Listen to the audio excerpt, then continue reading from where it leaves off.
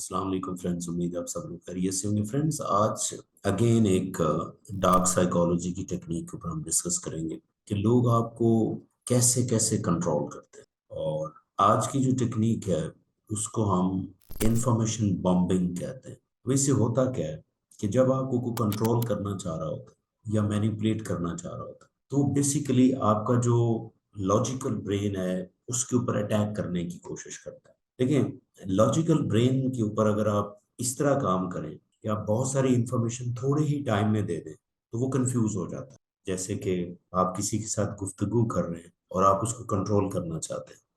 किसी भी मामले में, किसी भी रिलेशन में, आप रिलेशनशिप में बात कर सकते हैं, आप इंटरव्यू की बात कर सकते हैं, आप निगोशिएशंस में कर सकते हैं, सेल्स में कर सकते हैं। होता क्या है कि जो बंदा आपको कंट्रोल करता है वो डोमिनेट होने की इस तरह कोशिश करता है कि आपको एक इंफॉर्मेशन देगा उस चीज के बारे में, कोई लॉजिक देने की कोशिश करेगा, कोई रिसर्च की बात करेगा।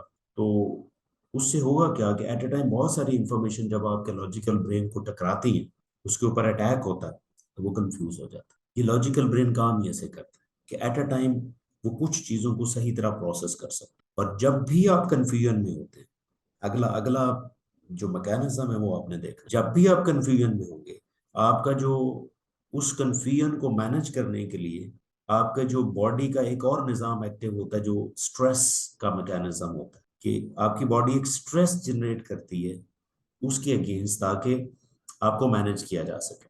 अब होता क्या है कि जब स्ट्रेस एक्टिवेट होता है, स्ट्रेस का सिस्टम, तो अगेन आप कंफ्यूजन में होते हैं और उस टाइम आपका जो लॉजिकल है वो ब्रेन काम नहीं करता, यानी डिसीजन मेकिंग वाला ब्रेन एरिया काम नहीं करता।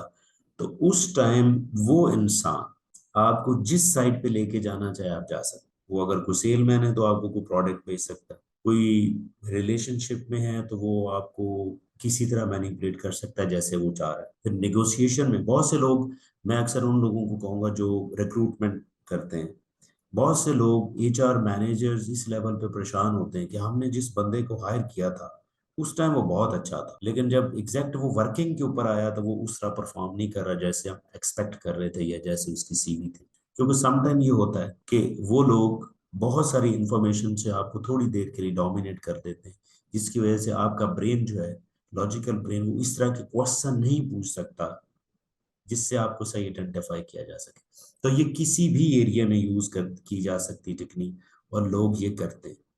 और इससे बचने का जो तरीका मैं आपको बता दूं कि ऐसे लोगों से अगर आप बचना चाहते हैं और आपको लगता है कि कोई इंसान आपकी जिंदगी में आया या किसी भी सिचुएशन में उसने एंट्री डाली है और वो बहुत ज्यादा इंफॉर्मेशन दे रहा है थोड़े ही टाइम में और आपको बोलने का मौका ही नहीं मिल रहा, तो आप समझ जाएं कि ये वो टेक्निक इस्तेमाल होने जा रही है आपके ऊपर। और आपके लिए बेहतरीन सोल्यूशन मैं यहाँ पे एक बताऊं, एक ही लाइन में बताऊंगा कि आप उससे कहें कि please give me some time, let me think about it and can we talk it tomorrow. इस तरह के, यानी कि सिचुएशन पे वेरी करता है। आप मुझे थोड़ा सा टाइम दें, मैं जरा किसी से डिस्कस कर लूं। जब आप थोड़ा सा टाइम लेंगे तो आप जैसे ही रिलैक्स फील करेंगे तो आपका जो लॉजिकल ब्रेन एरिया वो काम करना शुरू कर देगा। तो फिर कहेंगे नहीं यार, ये तो ऐसे हो नहीं सकता, ये तो चीज एग्जिस्ट ही नहीं कर रही। तो वो, ये जो गैप देना है ना, ये आपको बचा सकता है। ये इसका ट्रिक है। अगर आप इनसे बचना चाहते हैं तो इसका एक ही सोल्यूशन है कि please give me some time to think about it. कल का टाइम ले, जितना बड़ा जिस तरह का इशू है आप उतना एक हफ्ता भी ले सकते हैं depending on the situation. I hope कि आपको इंफॉर्मेशन बॉम्बिंग का कॉन्सेप्ट समझ में आया होगा और कैसे इससे बचना है ऐसे लोगों से, वो भी आपको समझ आएगा। बट स्टिल, हमेशा की तरह, if you have any question please right me in the comment section and definitely I will answer. Thank you.